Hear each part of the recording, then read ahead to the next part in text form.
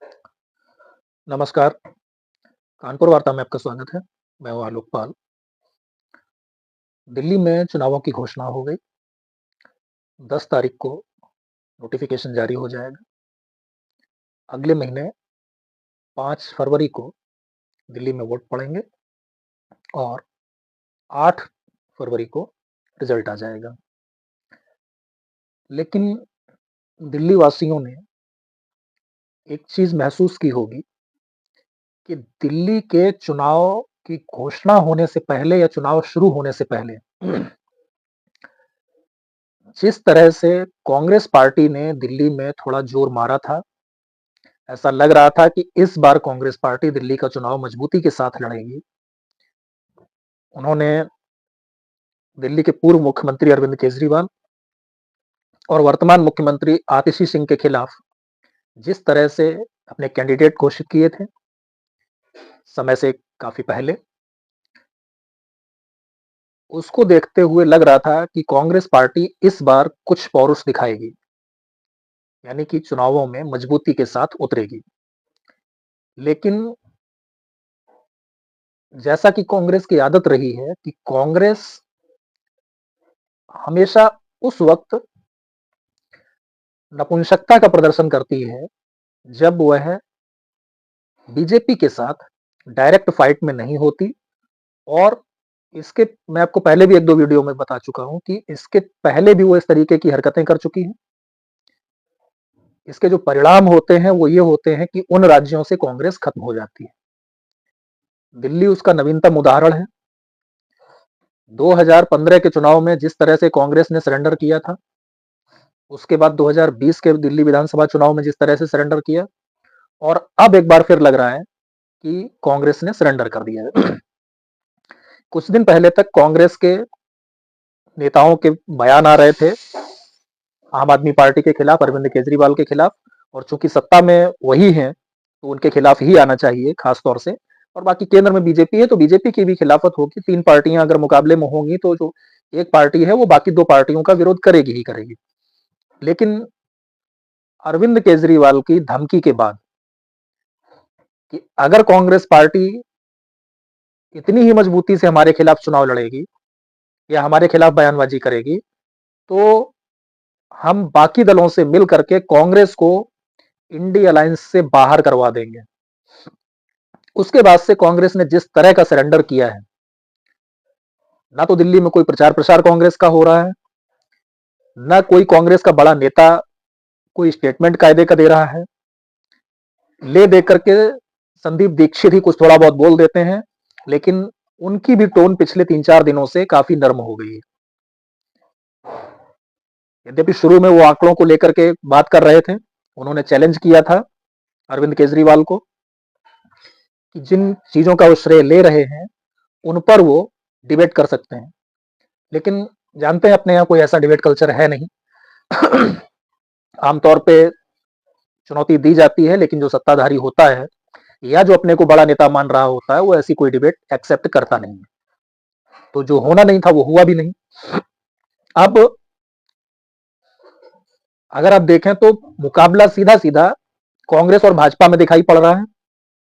और जो मेरा अनुमान है, मुझे वहां की कोई बहुत गहरी स्थिति की जानकारी नहीं है, लेकिन मेरा अनुमान है कि आम आदमी पार्टी लगातार चौथी बार सत्ता में आने जा रही है। पहली बार तो उन्होंने सरकार चलाई नहीं थी, 1.5 महीने में इस्तीफा दे दिया था। 2 बार उन्होंने कार्यकाल पूरा किया है और इस बार भी मुझे इस बात की पूरी उम्मीद लग रही है कि आम आदमी पार्टी दिल्ली में एक बार फिर से सरकार बनाने जा रही है। अब सवाल यह है कि क्या आम आदमी पार्टी ने वास्तव में इतने अच्छे काम किए हैं कि उस पार्टी को एक ऐसे स्टेट में जिसकी पर कैपिटा इनकम पूरे भारत में सबसे ज्यादा हो, भले ही वो अर्धराज्य ही हो, वहां पर लगातार 3 कार्यकाल का मौका मिले। क्या वास्तव में आम आदमी पार्टी ने दिल्ली के बेसिक इंफ्रास्ट्रक्चर पर कोई काम किया है, कोई फ्यूचर प्लानिंग की है? दिल्ली वाले जाड़ा आता है तो रोते हैं, बरसात आती है तो रोते हैं, गर्मी में उतनी ज्यादा दिक्कत उनको नहीं होती है।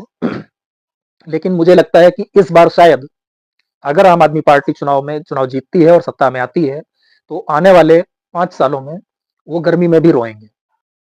क्योंकि इस बात की संभावना बहुत ज़्यादा है कि इस बार आम आदमी पार्टी दिल्ली में बिजली की आपूर्ति करने में भी असफल हो जाए।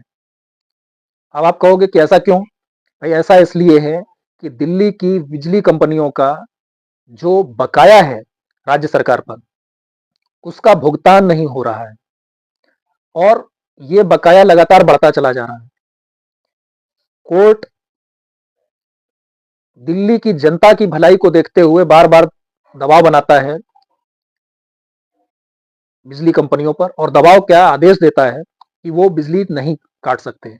लेकिन कोई कंपनी या कोई व्यापारी हो जो व्यापार करने आया है, वो कब तक घाटा बर्दाश्त करेगा, कब तक उधारी पे देगा? तो एक दिन वो हाथ खड़ा कर देगा कि भाई मेरी क्षमता ही नहीं है, सरकार चला ले, मैं छोड़ रहा हूं। तो मुझे लगता है कि आने वाले समय में वो स्थिति आएगी। तो बिजली की भी शायद प्रॉब्लम होने वाली है और अगर बिजली की प्रॉब्लम खड़ी हुई दिल्ली में, तो वहां से पॉल्यूशन की भी प्रॉब्लम बढ़ेगी क्योंकि बड़ा शहर है, बिजली की खपत ज्यादा है, इन्वर्टर के भरोसे काम हो नहीं सकता और जिस तरह से वहां पर मल्टी स्टोरीज हैं, जिस तरह से बड़े बड़े मार्केट्स हैं, तो ये भी नहीं कहा जा सकता कि आप सोलर एनर्जी से काम चला लेंगे। तो सोलर एनर्जी की भी उस तरह की व्यवस्था नहीं होने वाली। आपको बिजली के ऊपर डिपेंड रहना ही होगा। जाड़ा जब आता है तो जाड़े की खास तौर से जब शुरुआत होती है और जिस समय जाड़ा खत्म हो रहा होता है, उस समय पॉल्यूशन को लेकर के हाहाकार मचता है दिल्ली में। और इस आदमी ने पिछले 10 साल 11 साल में दिल्ली में कुछ भी नहीं किया है पॉल्यूशन खत्म करने के लिए। जो भी काम किया गया है वो केंद्र सरकार द्वारा किया गया है और केंद्र सरकार द्वारा किए जाने में ये उसका श्रेय लेने जरूर चला जाता है। ये बीजेपी की बहुत बड़ी कमजोरी है कि केंद्र सरकार के किए गए कामों को जो बीजेपी का संगठन है दिल्ली का, वो जनता तक पहुंचाने में पूरी तरह से असमर्थ होता है। अन्यथा आप देखेंगे कि इसने घोटाले, 420 मक्कारी और धूर्तता के अलावा कोई काम नहीं किया है। मोहल्ला क्लिनिक के नाम पे भ्रष्टाचार, स्कूल के नाम पे भ्रष्टाचार, बसों के नाम पे भ्रष्टाचार, लिकर पॉलिसी को लेकर के भ्रष्टाचार और शराब के मसले पर तो खुद ये जेल चला गया, इसका डिप्टी सीएम जेल चला गया। अभी जमानत पे छूटे हुए हैं तो इस तरीके से बता रहे हैं जैसे इनको जो है बिल्कुल सर्टिफिकेट दे दिया गया हो इनकी ईमानदारी का। भाई जमानत तो मर्डरर को भी मिल जाती है परिस्थितियों बस। तो इसका ये मतलब थोड़ी होता है कि अगर उसको जमानत मिल गई तो वो रिहा हो गया। तो मुझे लगता है कि कांग्रेस की नपुंसकता, अगर कांग्रेस मजबूती से चुनाव नहीं लड़ती, कांग्रेस को इसलिए चुनाव मजबूती से लड़ना चाहिए कि उसे अपनी ताकत इकट्ठी करनी है और अगर वो मजबूती से नहीं लड़ेंगे, 2 चुनाव हो गए लगातार, तीसरी बार भी अगर वो मजबूती से नहीं लड़ेंगे तो उसका परिणाम ये होगा कि वो खत्म हो जाएंगे हमेशा के लिए। जैसे यूपी से खत्म हो गए, बिहार से खत्म हो गए, पश्चिम बंगाल से खत्म हो गए, अन्य कई राज्यों में खत्म हो गए, उड़ीसा में खत्म हो गए, नॉर्थ ईस्ट में लगभग लगभग खत्म हो गए। गुजरात में चूंकि कोई अपोनेंट नहीं है बीजेपी का, इसलिए कांग्रेस वहां सर्वाइव कर रही है और जिस दिन गुजरात में कोई ठीक अपोनेंट आ गया तो कांग्रेस गुजरात में भी खत्म हो जाएगी। तो केवल इसलिए कि सामने वाले को हमें सत्ता में नहीं आने देना है, और सामने वाले का मतलब ये कि बीजेपी को कि बीजेपी को कहीं भी हमें सत्ता में नहीं आने देना है, इसलिए हम खुद ही चुनाव नहीं लड़ेंगे, हम हथियार डाल देंगे, हम मुंह दुबा के बैठ जाएंगे। तो इस तरीके से काम नहीं चलता। अगर आप राजनीति कर रहे हो तो राजनीति फिर उस तरीके से करो जैसे राजनीति की जाती है और बाद में फिर आप लेके सिगुफा छोड़ते हो, ईवीएम खराब है, बेईमानी हो गई है, चुनाव आयोग सही नहीं है, ईडी से चुनाव जीत रहे हैं, सीबीआई से चुनाव जीत रहे हैं। कोई भी सीडीआई से चुनाव, ईडी सीबीआई से चुनाव नहीं जीतता। चुनाव जनता जिताती हराती है और ऐसा नहीं है कि ये संस्थाएं आपके पास नहीं थी और आपने इनका इस तरीके का प्रयोग दुरुपयोग जो भी कह लें वो आपने नहीं किया था। जब आप पावर में थे आप भी इसी तरीके से करते थे, ये पावर में है ये भी करेंगे। और कोई भी सरकार 100% पाक साफ नहीं होती। हर सरकार 2-4% इस तरीके से चलती ही चलती है, जहां पर कुछ पॉलिटिकल वेंडेटा होता है, कुछ सामने वाले को नीचे गिराने की मंशा होती है। बीजेपी भी एक राजनीतिक दल है, आप उसे किसी संत के व्यवहार की अपेक्षा नहीं रख सकते, और कोई राजनीतिक दल कोई संत जैसा व्यवहार नहीं करता है। लेकिन जिस तरीके के क्रियाकलाप आम आदमी पार्टी के हैं, उसको अगर दिल्ली में एक बार फिर से सत्ता मिलती है तो मुझे लगता है कि दिल्ली की स्थिति बहुत ज्यादा बदतर होने जा रही है, खासतौर से इंफ्रास्ट्रक्चर के मामले में, क्योंकि पिछले 10 सालों में इस सरकार ने इंफ्रास्ट्रक्चर के लिए कुछ भी नहीं किया है।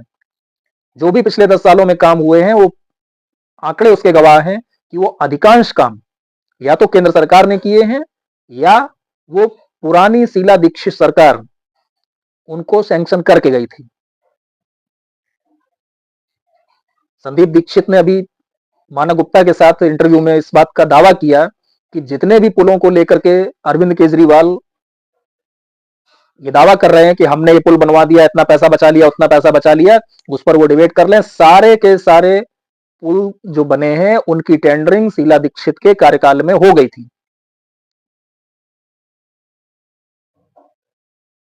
तो या तो वो काम शीला दीक्षित के कार्यकाल में सैंक्शन हो गए थे और उनको बनने में समय लग गया, जो भी हुआ उसका श्रेय लेता है ये आदमी या ये पार्टी लेती है, और या फिर जो जहां पर इसको भ्रष्टाचार करने का मौका मिलता है, स्कूलों के नाम पर कुछ क्लासरूम्स का रेनोवेशन करवा दिया और बता दिया कि मैंने इतने हजार क्लासरूम बनवा दिए, और भ्रष्टाचार की हद तो ये है कि उसने टॉयलेट और किचन रूम्स को भी क्लासरूम में गिन लिया, और उनकी लागत बताई जाती है कि जो नॉर्मल क्लासरूम बनते हैं उसकी अपेक्षा लगभग दोगुनी लागत में इसने बनवाए हैं। तो आखिर ये भी कहीं ना कहीं भ्रष्टाचार हुआ होगा। कोई चीज 10 रुपए की मिल रही है, आप उस पर 20 रुपए खर्च कर रहे हो, 19 रुपए खर्च कर रहे हो, तो इसका मतलब कि अगर आप एक्स्ट्रा पैसा दे रहे हो तो उसका आप कुछ वापसी भी ले रहे हो, जिसे कमीशन कहते हैं। जितने का टेंडर होता है उसमें तो लोग कमीशन ले लेते हैं। नेताओं की तो इसी तरीके की ख्याति बनी हुई है। तो आप अगर दुगना दे रहे हो तो आपने कितना कमीशन लिया होगा। और लिकर पॉलिसी में तो सामने आ गया, कोर्ट ने कहा कि आप इस पार्टी के खिलाफ, पार्टी को क्यों नहीं पार्टी बनाते हो, यानी कि पार्टी के खिलाफ आप केस क्यों नहीं दर्ज करते हो। तो कांग्रेस की नपुंसकता दिल्ली वालों को अगले 5 साल के लिए फिर से एक ऐसी भ्रष्ट पार्टी के हवाले कर देगी जो आने वाले 15 साल तक, जो 15 साल तक अगर ये सत्ता में रहेंगे तो आने वाले 15 साल तक दिल्ली उसको भुगतेगी। वहां पर कांग्रेस चुनाव जीते या बीजेपी चुनाव जीते या कोई भी जीते, लेकिन कम से कम मुझे लगता है कि आम आदमी पार्टी जैसी पार्टी को चुनाव नहीं जीतना चाहिए। अगर इसने कुछ अच्छे का, हाँ जो किए हैं वो ऐसे काम किए हैं जो एक खास तबका जिससे लाभान्वित होता है, यूं कह लीजिए कि उसे एक गलत तरीके का लाभ मिल रहा है।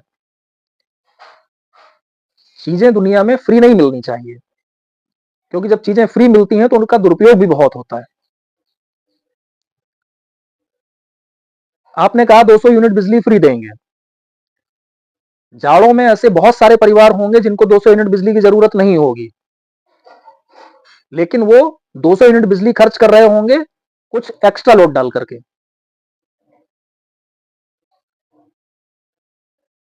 एक सामान्य छोटे घर में मुझे लगता है कि जाड़ों में 60-70 यूनिट में खर्च निकल आता है। पंखे चलते नहीं है, कूलर चलते नहीं है, फ्रिज में उतना ज्यादा खर्च नहीं होता है, पानी की भी उतनी ज्यादा आवश्यकता नहीं होती है, अपेक्षाकृत कम होती है। तो बिजली का खर्च बहुत ज्यादा नहीं रहता, लेकिन जब फ्री मिल रही है तो 200 यूनिट तक तो खर्च कर ही लो, ये टेंडेंसी होती है। और ये मैंने बहुत पहले देखा था जब मुलायम सिंह ने यूपी में गांवों में बिजली फ्री की थी, लोगों ने स्विच लगाने बंद कर दिए थे। तो कांग्रेस को अपनी नपुंसकता छोड़ करके दिल्ली में एक मजबूत चुनाव लड़ना चाहिए। सत्ता आती है हाथ में तो, और नहीं आती है तो, दोनों स्थितियों में। केवल इसलिए कि बीजेपी कहीं सत्ता में ना आ जाए इस डर से, या कुछ दल ना रूठ जाएं, इस डर से कांग्रेस को हथियार नहीं डाल देने चाहिए। और वैसे भी मुझे लगता है कि राष्ट्रीय स्तर पर किसी एक पार्टी का मजबूत विपक्ष के रूप में होना बहुत जरूरी है। यद्यपि कांग्रेस उस तरह की कोशिश कतई नहीं कर रही है। कांग्रेस बहुत ही घटिया राजनीति कर रही है।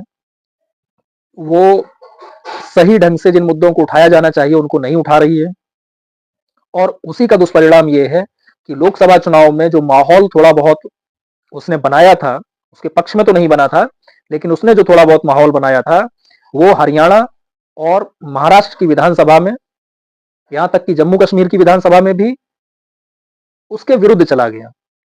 और जहां तक बात झारखंड की है, तो झारखंड में हमें लगता है कि, हमें क्या लगता है, सबको लगता है कि अगर कांग्रेस अकेले चुनाव लड़ रही होती तो उसको जो सीटें और जो वोट दिखाई पड़ रहे, सीटें तो कुछ भी नहीं आती, और जो वोट दिख रहा है उसको, उसका आधा भी नहीं मिलता।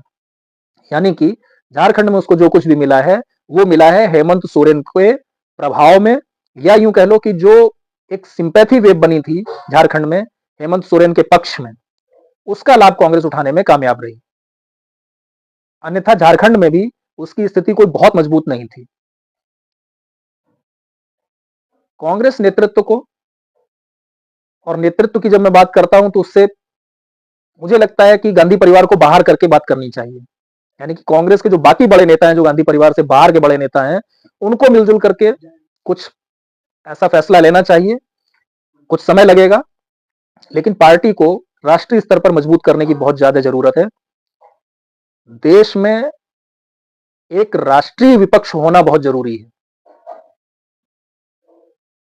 क्षेत्रीय पार्टियां जो आज के समय में बीजेपी को अपने अपने राज्यों में हरा रही हैं, उनकी जो थिंकिंग होती है वो काफी संकुचित होती है। वो अपने राज्य तक सीमित रहती हैं, उन्हें अपने निजी हित दिखाई देते हैं, वो राष्ट्रीय फलक पर सोचना जरूरी नहीं समझती।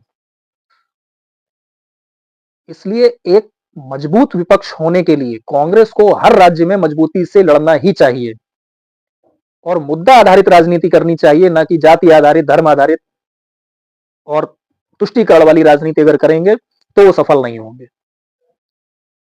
मेहनत करनी पड़ेगी, थोड़ा समय लगाना पड़ेगा, रातों रात कुछ भी नहीं बदलेगा।